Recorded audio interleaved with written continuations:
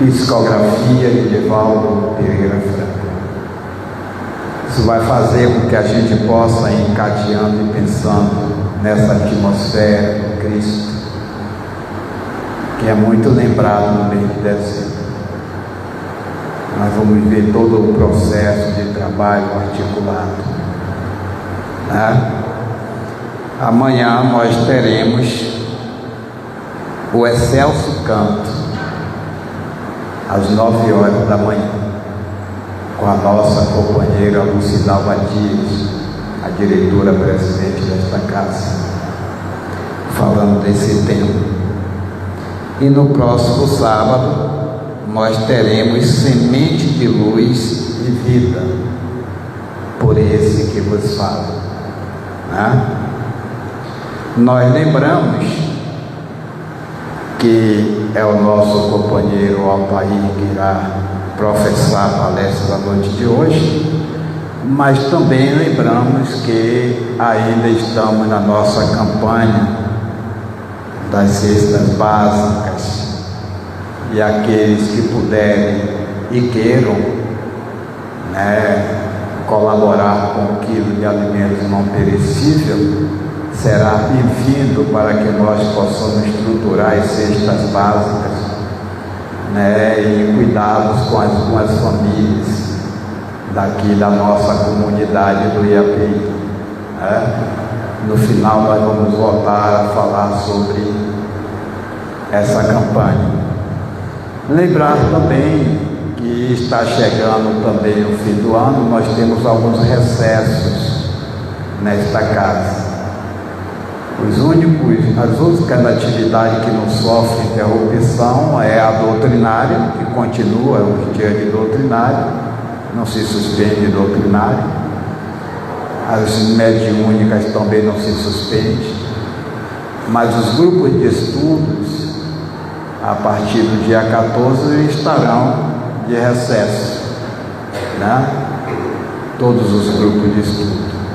O atendimento fraterno, ele continua para aqueles que vão continuar no tratamento, aqueles que já começaram.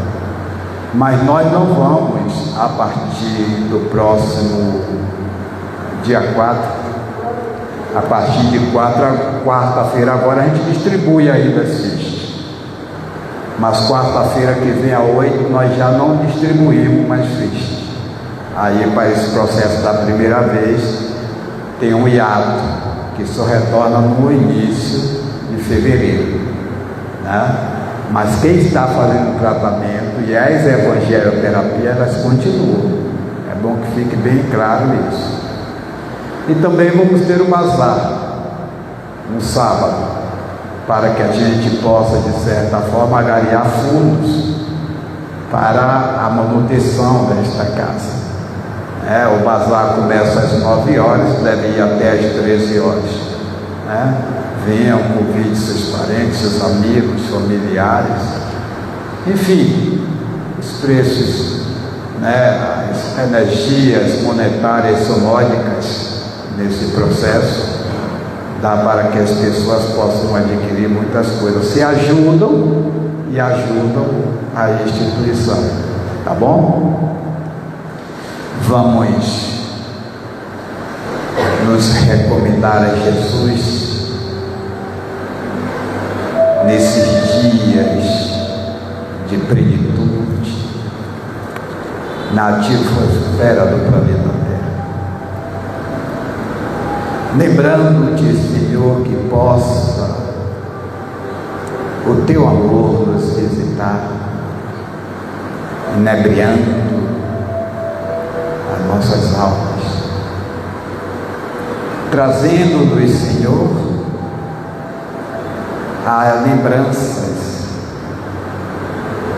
das suas afirmativas sobre o reino de Deus, e assim mesmo que possamos despertar para o valor da transformação em nós mesmos, vencendo-nos todos os dias, diluindo o sabor primeiro da ignorância, perpassado pelo orgulho, pela vaidade, que carregam conosco. Nos abençoa nesse investimento do dia a dia. E hoje, Mestre, confiando como sempre na vossa providência, e suplicamos pelo nosso irmão Altair, para que os benfeitores, assim como os fazem todos os dias, possam achar todos os vitais e o influenciar nas advertências da noite de hoje, que deverá calar os nossos corações. Assim, em teu nome, ligado aos bons espíritos desta casa, que nos conduz, que daremos por iniciada a nossa atividade doutrinária da noite de hoje, com votos de muita paz. Que assim seja.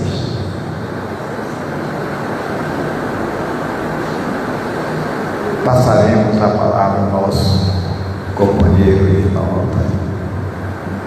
Deixa eu ficar melhor. Obrigado. Boa noite a todas, boa noite a todos. Só apagar essa aqui, Anísio, e o ventilador. Você liga? Como o Raimundo colocou, esse mês de dezembro vamos estar trabalhando com esse livro, Primícias do Reino, como ele falou, pelo Espírito Amélia Rodrigues, uma psicografia de Divaldo Franco. E mais precisamente sobre o capítulo, logo no início, chamado O Precursor. Esse capítulo ele vai abordar a missão de João Batista como anunciador do Cristo e sua profunda conexão com os valores de renovação espiritual e moral. Não essa não? Essa aqui não, Alívio. E a partir daí é interessante, porque quando eu fui lendo o capítulo e pensando sobre João Batista, no próprio capítulo a Amélia Rodrigues relata todo o processo de enfrentamento do João Batista contra os fariseus e outros, a questão do rei que manda decapitá-lo, essa parte que nós conhecemos. E muitas vezes essa parte fica mais marcada na nossa mente do que a missão que João Batista tinha. E eu espero, com essa fala de hoje à noite, provocar essa curiosidade em vocês de conhecer esse livro, né?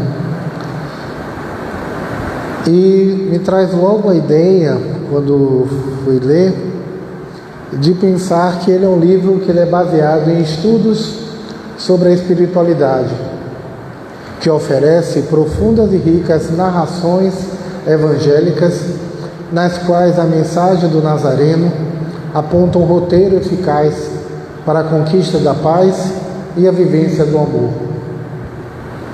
Repleto de referências históricas, a fim de situar no tempo a nobre mensagem do Cristo, faz um estudo também das origens do Evangelho. Livro psicografado por Divaldo Franco e ditado pelo Espírito Amélia Rodrigues. Só que aí eu tive uma curiosidade de pensar essa palavra que a gente usa pouco, primícias do reino. E primícias, no dicionário, quer dizer o que começa ou se apresenta em primeiro lugar, prelúdios, e ainda a primeira parte de algo que deve ser reservada a Deus. Porque às vezes não é uma palavra por estar ali. Então, primícias do reino. Eu vi uma outra definição muito interessante, que é a primeira fruta que nasce para ser colhida. Eu pensei muito em nós, essa fruta que estamos nascendo, amadurecendo e buscando ser colhidas. João Batista, ele é uma figura que a gente foi pensando sobre o papel dele, e 3 aspectos marcam muito, porque imagine que João Batista é anterior, e ele vem como precursor exatamente no momento que Jesus ainda preparando a sua encarnação. Ele foi o elo entre o Antigo e o Novo Testamento, cumprindo as profecias e preparando o povo para a vinda de Jesus. Ele clamava pela necessidade de arrependimento e renovação íntima como formas de se aproximar de Deus. Um profeta que preparou o caminho para a vida de Jesus, para a vinda de Jesus. Então é interessante perceber o quanto, e aí imagine essa ideia, o quanto nós falamos tanto das ações e da presença de Jesus entre nós, mas pensa num determinado momento que Jesus ainda não estava e você tinha alguém falando sobre a chegada desse Messias. E as próprias pessoas que seguiam João Batista diziam: você é o Messias. Ele dizia: não sou eu. Mas ele preparava as pessoas para uma vinda. Então você imagine assim, a possibilidade dele fazer as pessoas sonharem com a chegada do Messias, porque não tinha nada palpável. Um mundo violento, um mundo cheio de regras, privilegiando os mais ricos e mais poderosos, e alguém vindo e dizendo que chegará aquele que irá anunciar o reino de Deus.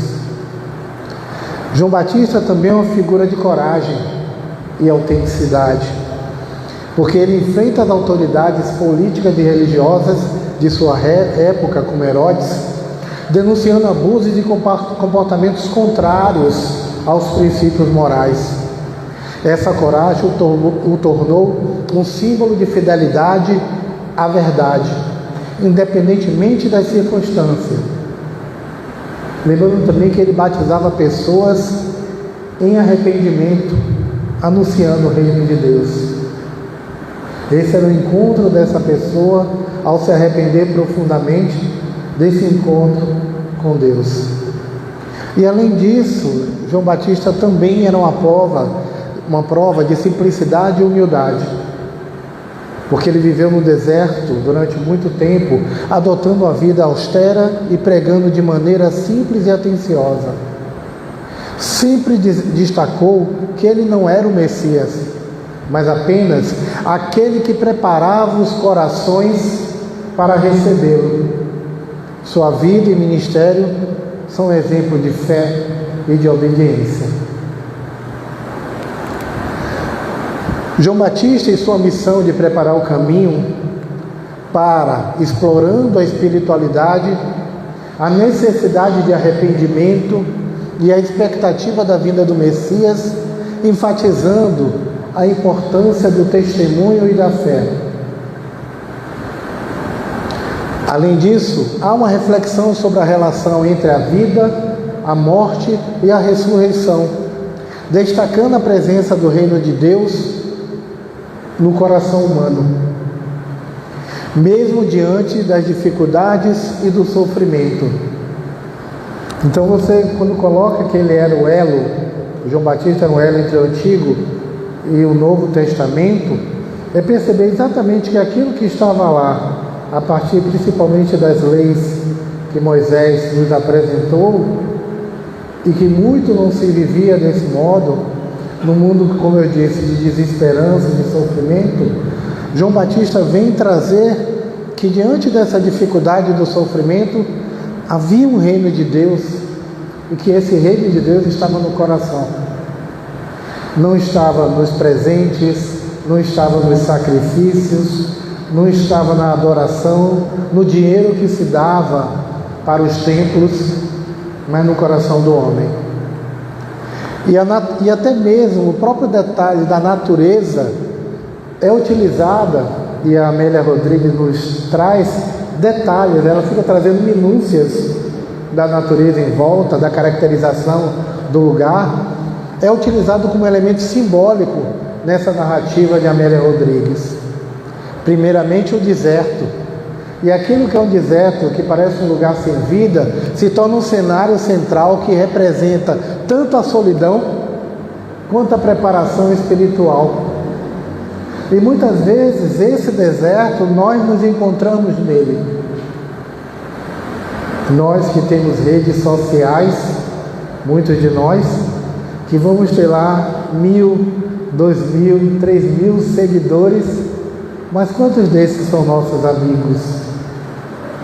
E muitas vezes nos encontramos sozinhos, verdadeiramente sozinhos. Mas quando olhamos para o nosso coração, nós percebemos que essa solidão é um diálogo que nós fazemos com nós. E como ele fala aqui no anterior, quando ele fala aqui no anterior, esse momento, é aqui mesmo, esse processo de testemunho e da fé. Ontem, é muito interessante que veio algumas mensagens na nossa cabeça, e ontem veio quando eu estava dirigindo. Veio uma coisa muito forte, eu disse, Deus, como eu sou protegido. E eu disse isso para mim não no sentido de proteção de anjo da guarda, não, mas protegido no sentido de companheiros que andam comigo, me aconselhando, ajudando, apoiando. E quando eu pensei ontem, eu pensei num sentimento muito forte de acreditar nessa presença do meu lado e perceber o meu compromisso para que essa presença se perpetue e até mesmo se amplie de novos companheiros. Então essa preparação espiritual, pensando no lugar de reflexão e autoconhecimento, onde João Batista se retira para se conectar com Deus e se preparar para a sua missão, que ele sabia que não seria fácil. Falar da vinda do Messias para aqueles e aquelas que acreditavam no ouro era muito difícil. Além disso, a própria descrição que a Amélia Rodrigues nos traz dos elementos naturais como loendros e tamarineiros em flor, as águas do Rio Jordão criam uma atmosfera de beleza e serenidade, contrastando com a agitação e a violência do mundo ao redor. Esses elementos naturais simbolizam a vida, a renovação e a esperança, refletindo a mensagem de arrependimento e transformação que João Batista nos traz. Por fim, a natureza também serve como um pano de fundo para milagres e ensinamentos de Jesus, reforçando a ideia de que a criação está em harmonia com a mensagem divina e a vinda do reino de Deus. Então perceba que Jesus, mostrando a sintonia o tempo todo com a natureza, ela nos coloca como parte dela. Está falando dos peixes, está falando do trigo, está falando do pão, da água. Aquilo que está à nossa volta ganha uma dimensão de pertencimento. Somos parte dessa dimensão divina. E essa é uma representação de João no deserto. Como preparador do caminho, João Batista é apresentado como esse precursor por Amélia Rodrigues, que vem preparar os corações para a chegada do Messias. Ele clama no deserto, convocando as pessoas ao arrependimento e à purificação espiritual, enfatizando a importância de se voltar para Deus. João Batista é uma voz que clama, a voz que clama no deserto, simbolizando a necessidade de se ouvir a mensagem divina em meio ao caos e à desordem da vida. A sua pregação é um chamado à reflexão e à transformação pessoal.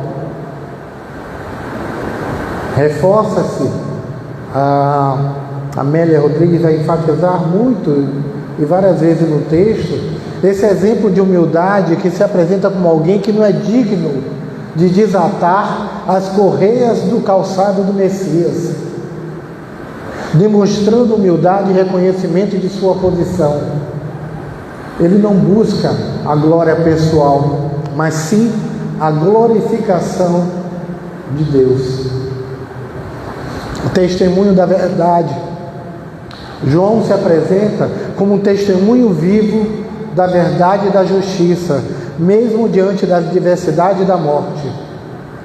A sua disposição para sacrificar-se por suas crenças é um exemplo dessa fé e coragem. E pensando nessa parte, João capítulo 1, versículo 20 e 34, que nos traz que quando ele encontra o mestre, diz: vira-o de relance, descendo a borda do rio, por sobre a relva verdejante, com os vestidos brilhando de maneira incomum, tendo sobre a cabeça o cofeio tradicional. O vaso improvisado escorregou-lhe da mão e ele gritou sem poder dominar-se. Quando ele vê, ele entra no estado de êxtase, que cai o vaso de sua mão, ele diz: eis o Cordeiro de Deus, eis aqui o que tira o pecado do mundo. Este é de quem eu dizia: após mim vem um maior que eu, porque ele existia antes de mim. Para tornar conhecido Israel, é que vim com o batismo da água. Olha como fala, e a gente fala o tempo todo da dimensão que a própria Bíblia relata da existência de espírito de vidas passadas. Ele diz: porque existia antes de mim, muito antes. Eu é que deveria, e aí Jesus diz para ele, vocês conhecem essa passagem: eu é que deveria ser batizado por ti, e tu vens a mim? João Batista diz a Jesus, e Jesus responde: deixa por agora, convém cumprirmos tudo o que é justo. Após o ato singelo, ouviu-se uma voz, se dentro ou fora do Espírito, rememorando, não saberia dizê-lo. E essa voz dizia: este é meu filho querido, no qual pus a minha complacência.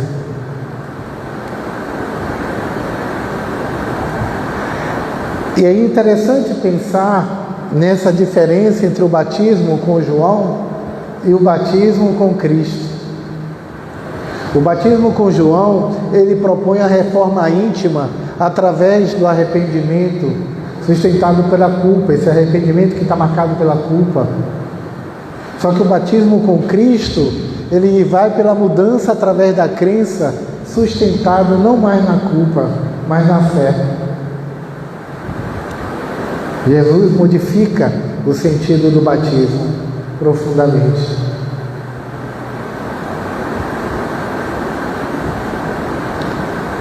Para que alguém sinta a influência santificadora do Cristo, é preciso retificar a estrada em que tem vivido.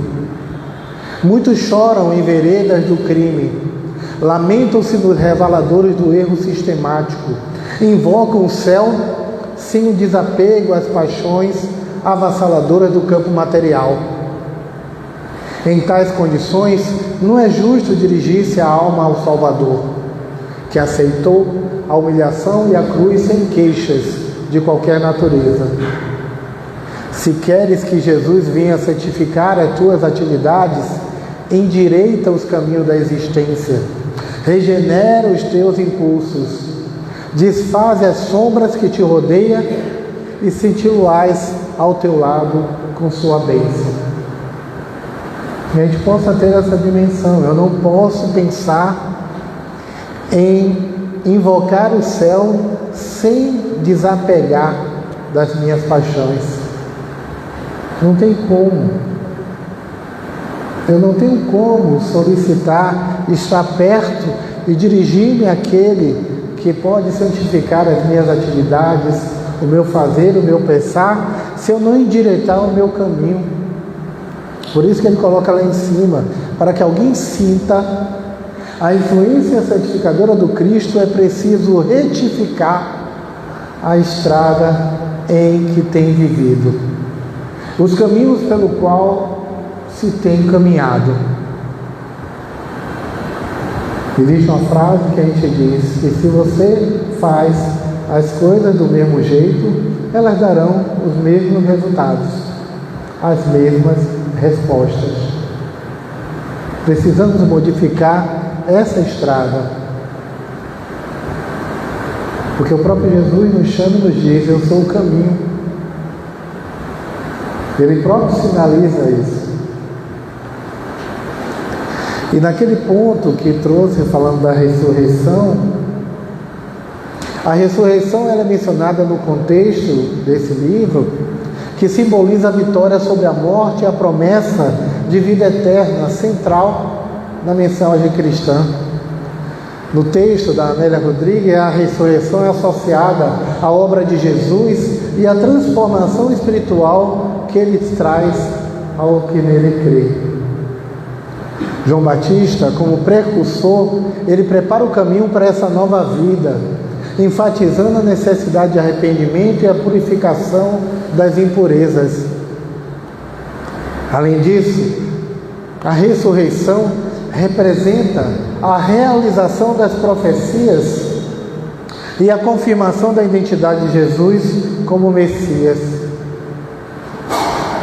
Através de seus ensinamentos e milagres, Jesus demonstra que a vida verdadeira vai além da existência física, oferecendo esperança e renovação espiritual aos que seguem os seus ensinamentos. Assim, a ressurreição é um elemento fundamental que conecta a mensagem de João Batista à missão de Jesus, destacando a continuidade da obra divina na história da salvação. A Amélia Rodrigues ela é muito sutil e ela chega a minúcias sobre esse sentimento da existência do João Batista, nos alertando sobre isso, nos alertando também que na seara do Cristo nós temos vários João Batistas atuando conosco,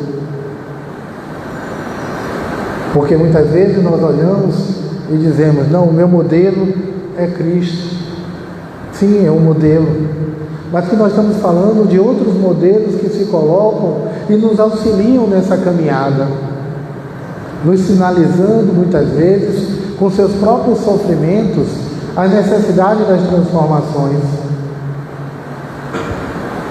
Não que nós precisamos sofrer, mas é muito interessante perceber que várias culturas colocam, principalmente as culturas orientais, e muito do que se teve de conhecimento e aprendizado pela região do Oriente Médio, beberam muito, tanto dos conhecimentos do continente africano, como também os conhecimentos do Oriente. E no Oriente se fala muito que a dimensão do apego é um dos primeiros elementos proporcionadores de sofrimento. O apego que nós temos, não somente aí às coisas materiais, mas apego aos títulos, ao cargo. Então não foi uma ou duas vezes que chegou um profissional de saúde e eu perguntei a ele: tudo bem, como vai, qual é o seu nome? E ele me diz: doutor tal. E aí dá vontade de perguntar na carteira de identidade se o doutor está no nome dele.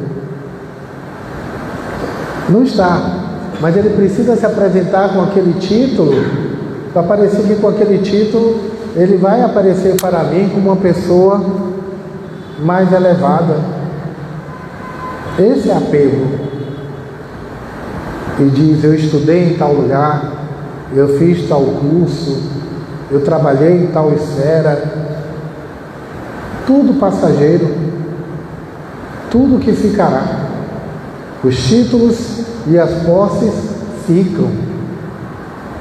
Lembra da história do André Luiz, né? Chega no plano espiritual e queria trabalhar como médico. O pessoal disse: aqui não, aqui você não é médico. Aqui até mesmo você é um doente como os outros. Olhe para você.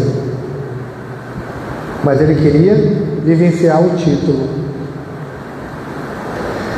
E essa relação, eu estava pensando, O que é que essa mensagem podia trazer nessa relação com os nossos dias atuais? E pensando nos dias atuais, o papel de João Batista, que pode ser visto como um chamado para que as pessoas se voltem para a espiritualidade e a reflexão interior. Em um mundo repleto de distrações e superficialidades, a mensagem de arrependimento e transformação continua extremamente relevante e necessária. A busca por autenticidade, justiça e verdade é um eco do que João Batista pregava. Eu pude participar semana passada de um encontro, de uma jornada de psico-oncologia, né? E trabalhando principalmente com profissionais de hospitais que tratam de pacientes com câncer oncológicos, né?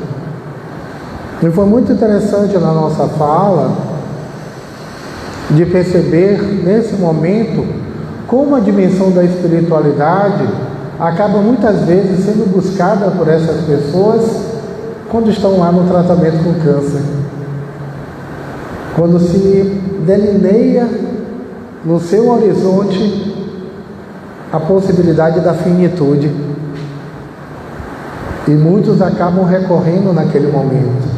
E os profissionais, ao dialogar, eles mostravam que o papel deles era da busca de ofertar conforto.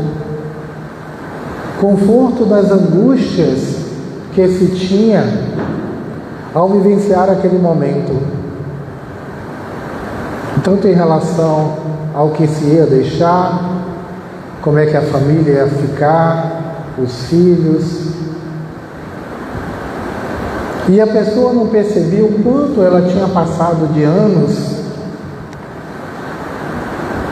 buscando algo que não seria o seu complemento. Seria um acessório externo de ti. Um exemplo, só um exemplo para o que eu estou pensando aqui, o exemplo está vindo na cabeça. Eu estudei na Escola Técnica Federal da Bahia e todos nós colegas da época, tinha ou o Centro Industrial de Aratu ou o Polo Petroquímico ou Petrobras como meta, as grandes indústrias. E nós chegamos a trabalhar em algumas indústrias e dentro dessas indústrias, em algumas plantas, onde tinham componentes químicos altamente tóxicos, onde já tinha relato de casos de pessoas que foram intoxicadas. E na época eu lembro que a gente conversava, e quando eu dizia que eu não queria mais trabalhar ali, alguns colegas diziam, pô, mas aqui não tem ninguém que pague esse salário. E a gente ficava, mas você vai ganhar esse salário para lá na frente você ficar no médico? Porque pessoas adoeciam muito cedo, muito ácido, muitos gases tóxicos, para a gente poder ter um salário 10, 15 vezes maior do que era em outros lugares. E as pessoas compensavam isso ao apresentar de ano em ano o carro novo ou a casa de praia que comprou. Mesmo tendo exemplo de colegas que estavam doentes, com doenças como leucopenia, que atinge a medula óssea, né? E outras doenças graves, porque aquele ambiente era um ambiente tóxico. E quando a gente olha os dias de hoje, podemos não ter tanto isso, mas nós temos um ambiente tóxico hoje considerado o da internet. O nosso vício que estamos de celular, o nosso vício que estamos das redes sociais, de pessoas que necessitam da aprovação do outro. Então eu não só preciso postar uma foto minha, mas essa foto tem que receber 100 curtidas. E a foto seguinte que eu postar, ela não pode ter menos do que a foto anterior teve. E eu preciso muitas vezes produzir um estado de espírito que não é real. Uma psicóloga, eu vendo um vídeo dela hoje, ela dizendo que muitas das imagens que nós vemos na internet das pessoas não é real. Elas sorriem, mas quando fecha a câmera, elas estão tristes. Elas têm a necessidade de postar a foto do prato de comida, da praia que está, da viagem que está fazendo. Uma vez eu estava com um grupo de amigos jantando, e quando não terminamos de jantar, já dando abraço para ir embora, uma pessoa fez assim: poxa, não tiramos foto. Aí eu fiz: que bom que a gente não se preocupou com isso. O mais importante foi a presença, que a gente até esqueceu da foto. Então você vê que as pessoas sentam e já vão tirando foto, aí pede o prato, tira foto, peraí, ninguém mexe. Aí tira a foto do prato e posta essas coisas. E a pergunta é: com que necessidade? E aí essa psicóloga nos traz a necessidade da aprovação. E aqui João Batista nos fala de sermos autênticos. A autenticidade está relacionada a esse processo. Eu não crio uma figura que eu não sou. Eu não busco parecer aquilo que eu não tenho forma de ser. E ainda pensando o que é que nós poderemos dialogar com esses ensinamentos de João Batista, para tanto para quem é espírita quanto para quem não é. E eu trouxe 5 pontos. O primeiro, o autoconhecimento e reflexão. Tanto espíritas quanto não espíritas são incentivados, a partir dessa leitura, a buscar o autoconhecimento e a reflexão sobre suas vidas. Buscar a prática da meditação e da oração, que pode ajudar a conectar-se com a espiritualidade e ouvir a voz que clama dentro de ti. O tempo todo, vocês folhearem o Evangelho segundo o Espiritismo, o Livro dos Espíritos, vocês vão ver o tempo todo os Espíritos falarem da oração. Mas não aquela oração do desespero, que eu oro quando eu estou numa situação complicada. Mas a oração fazendo parte do nosso cotidiano, como o alimento faz. Se de manhã eu levanto pensando no que eu vou tomar de café, o que eu vou fazer para o meu café da manhã, que no meu café da manhã tenha oração como alimento, como determinação do meu caminho. Arrependimento e perdão. A mensagem relacionada a João Batista, ela traz o arrependimento como fundamental. Reconhecer os erros e buscar o perdão, tanto de si mesmo quanto dos outros, é um passo importante para a transformação pessoal. E olha como é interessante pensar que o primeiro perdão é o seu. O auto-perdão, o auto-amor, o auto-cuidado. João Batista, na sua história, traz uma dimensão extremamente magnífica de uma pessoa que acreditava nele. Anteontem, eu estava assistindo um filme que tem uma passagem de um jovem que foi assassinado, e o policial que vai atender o caso chega para um outro policial e faz assim, porque ele era traficante, né? E aí o policial faz assim: o Emir, que era o nome dele, o Emir de agora é um líder comunitário. Ah, mas ele fez isso. Aí o cara: mas o Emir de agora ajuda as pessoas. E ele falou de novo, e o cara fez: o Emir de agora é um líder na comunidade.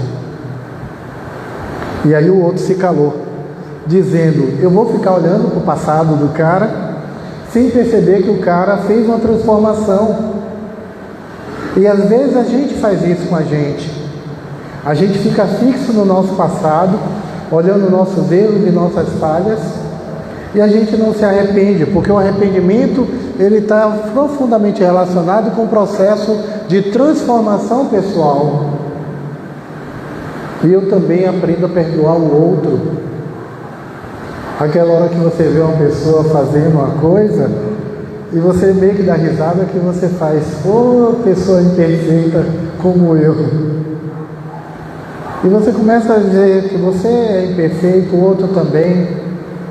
E vamos tentar dialogar sobre essa imperfeição e como ela se modifica e se transforma.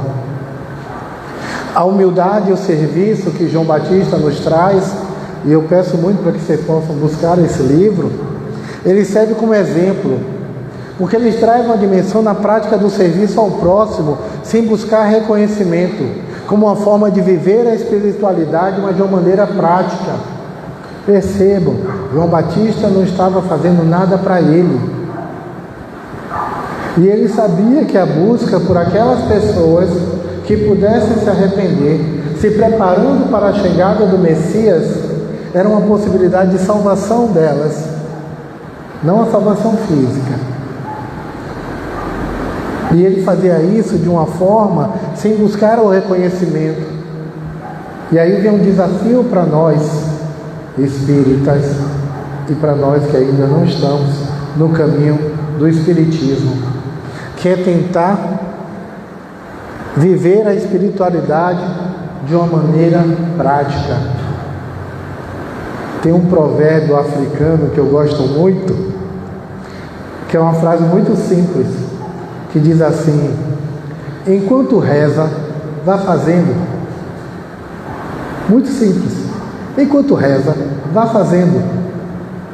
Porque muitas vezes nós nos ajoelhamos, nos sentamos, nos prostramos em oração, mas quando levantamos, parece que a gente esquece na cadeira tudo que a gente orou.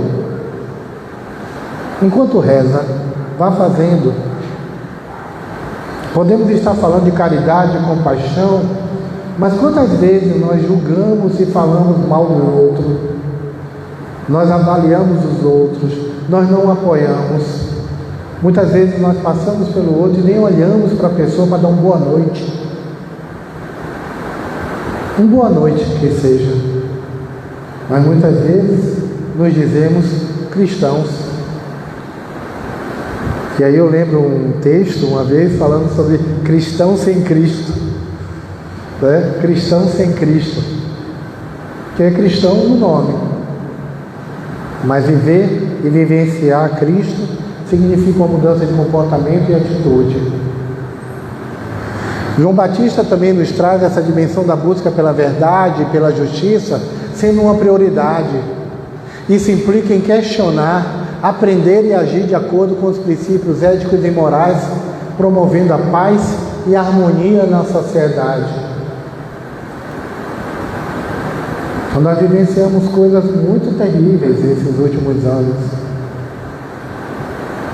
Ainda hoje, 2 anos após a eleição presidencial, nós temos ainda famílias separadas, parentes que não se falam, que por ideologias e pensamentos se afastaram. E eu estou falando isso porque alguns amigos já me perguntaram como é que vai ser o Natal. Como é que vai ser o Natal?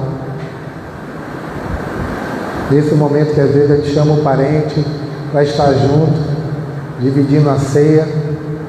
Algumas pessoas estão preocupadas, porque mesmo 2 anos depois, muitas pessoas ainda não conseguiram se reconciliar. E aí lembra perdão e auto-perdão?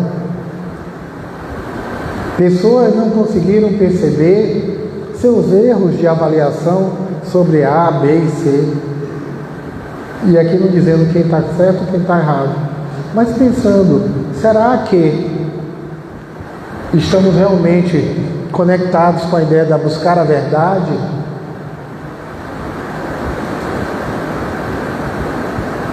Um dia desse, conversando com um empresário, ele me perguntou se eu concordava com o Bolsa Família, porque estava difícil conseguir uma empregada que aceitasse o que ele pagava. E eu tive que perguntar, o que paga é justo? O que você paga é justo? Porque essa ideia de que a pessoa que está oferecendo o seu serviço, que está prestando um serviço, ela tem que receber menos. Essa semana também eu vi um vídeo de uma empregada mostrando como patroas ofertam para as empregadas frutas podres que vão vencer, roupas velhas, e ela dizendo: olha, eu sou empregada, mas isso não diminui a pessoa que eu sou. Se aquela comida vai vencer a validade, aí é que ela me dá. Se a roupa está estragada, aí que ela me dá. O que é isso? O que é olhar a outra pessoa desse modo? E nós perdemos muito essa noção de justiça, do que é justo. Para vocês terem ideia, a profissão de empregada doméstica foi a última a ser regulamentada no Brasil. A última a estar lá na CLT. E pessoas vêm dizer: pagar 13º para empregada, ficar pagando INSS. Sim, é justo, é justo.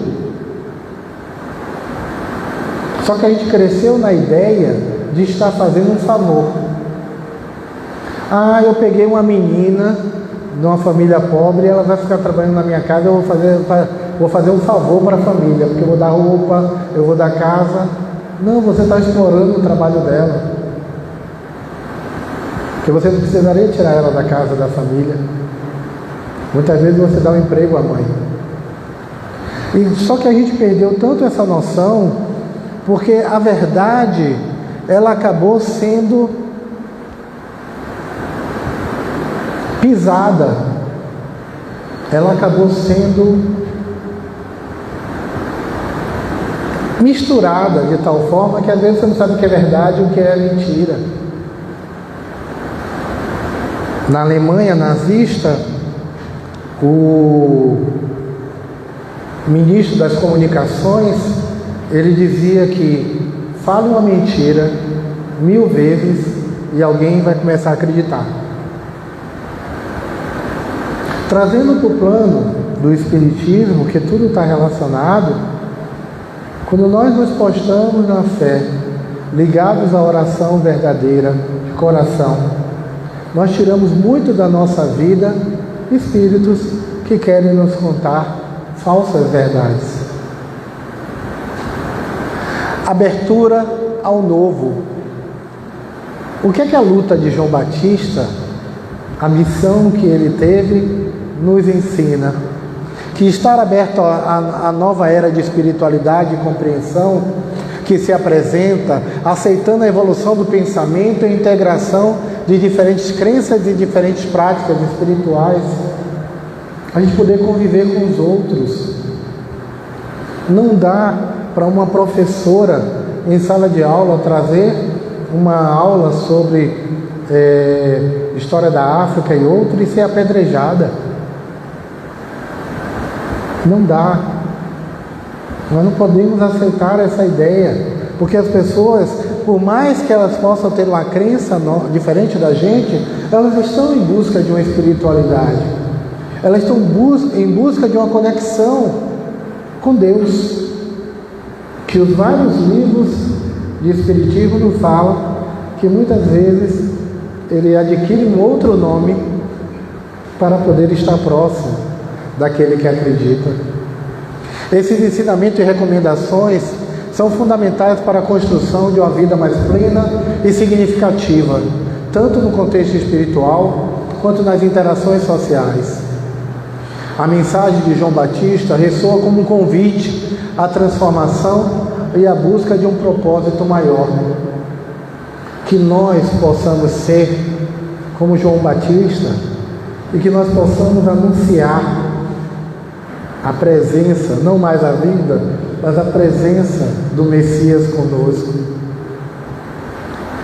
E aí a gente vai finalizando dizendo nessa parte que é muito interessante.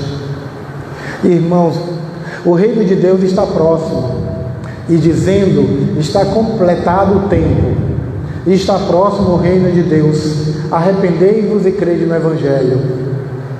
Muitas vezes disse-me o Senhor: o reino de Deus está próximo. E até hoje milhares de criaturas aguardam-lhe a vinda através de espetaculosos eventos exteriores. Muitos esperam-no por intermédio de cataclismos inomináveis e mentalizam telas fantasmagóricas, incompatíveis com a divina misericórdia que nos preside o destino. Trovões rimbombando, maremotos e terremotos, raios destruidores, multidões amotinadas, bombas fulminantes aniquilando nações inteiras, e contam quase sempre com o absurdo e com o fantástico para que se sintam no portal da grande transformação. Como se o reino de Deus fosse isso aqui, é um grande castelo dourado que vai surgir para a gente, porque o mundo vai explodir. Tanto que a gente pensou que a Covid poderia ser um momento onde a humanidade ia crescer, mas a Covid trouxe para muitos casos a revelação de muita gente. Só que longe de significar o reino divino, eles apenas revelam os imperativos de uma nova luta. O reino de Deus está próximo, sim, mas antes de tudo, em nossa capacidade de construí-lo por dentro de nós. Através do céu que possamos oferecer à alma do próximo. Atendamos ao cumprimento do dever que a vida nos atribui, colaborando o quanto possível pela vitória do bem, a atender o amor que o Mestre nos legou. E alcançaremos com a urgência possível o clima celestial para nós e para os outros. É por isso que Jesus igualmente foi positivo e justo quando afirmou: quando se vos disser o reino de Deus permanece ali ou acolá, não acrediteis, porque em verdade o reino de Deus está dentro de vós. Muita paz.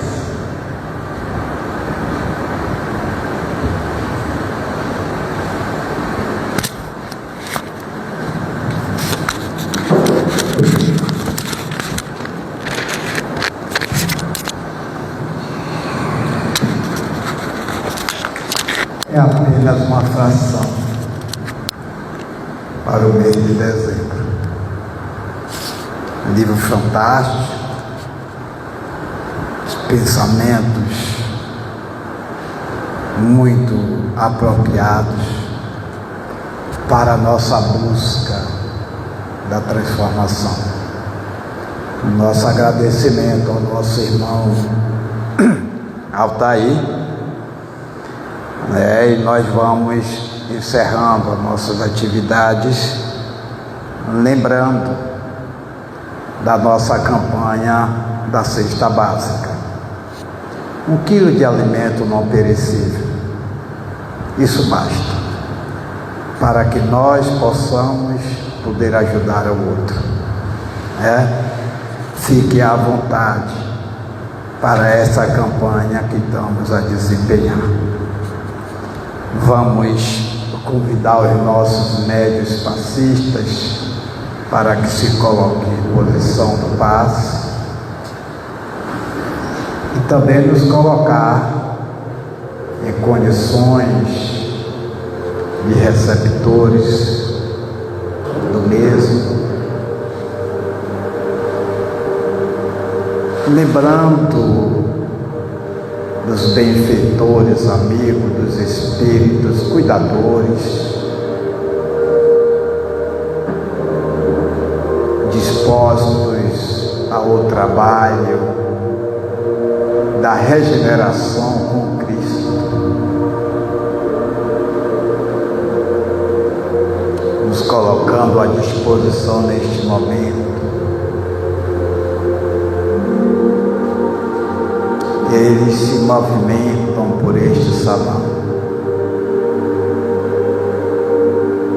peladeando, trabalhando o nosso campo perispiritual, desconstruindo as manchas energéticas destrutivas que nos circundam.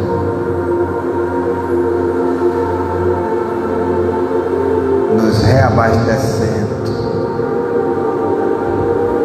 com energias curativas santificadas, extraindo da natureza,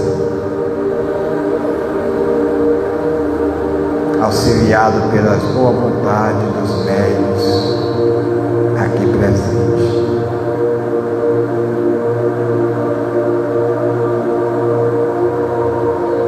Orvalhos de luz, trabalhado pelos corações aqui presentes, pela fé que move cada um,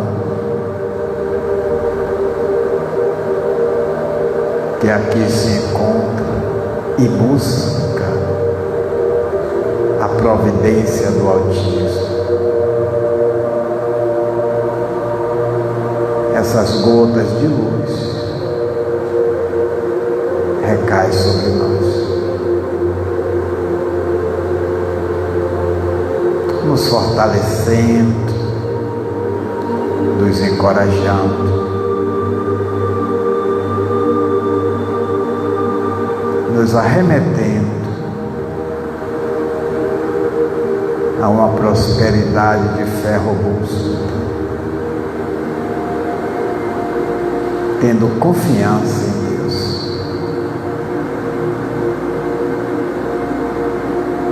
a quem nós agradecemos a dádiva da vida, as oportunidades do despertar da nossa natureza.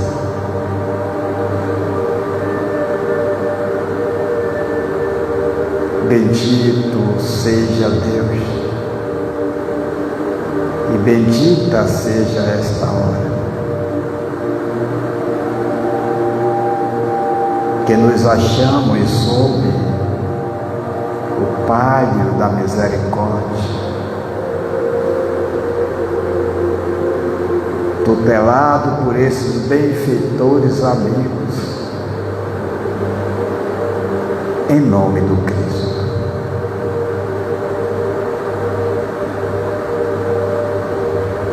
Santificado seja esta hora, Senhor,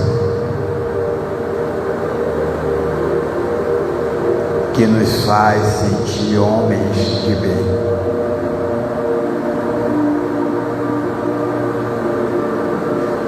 Não sendo mais o homem déspota, antigo, um homem ordinário e vil, mas o homem novo, que gravita para Deus.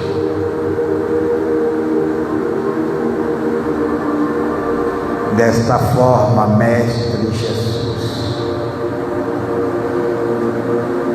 os nossos agradecimentos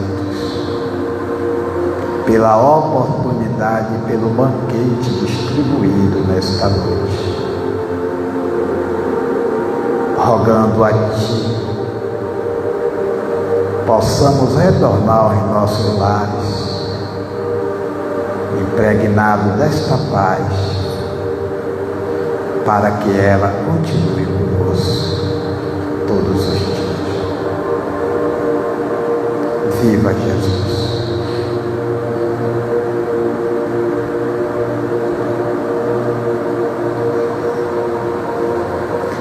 Estão encerradas as nossas atividades.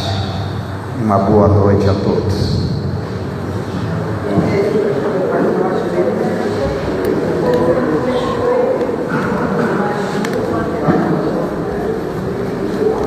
Muito bem, senhor Atuai.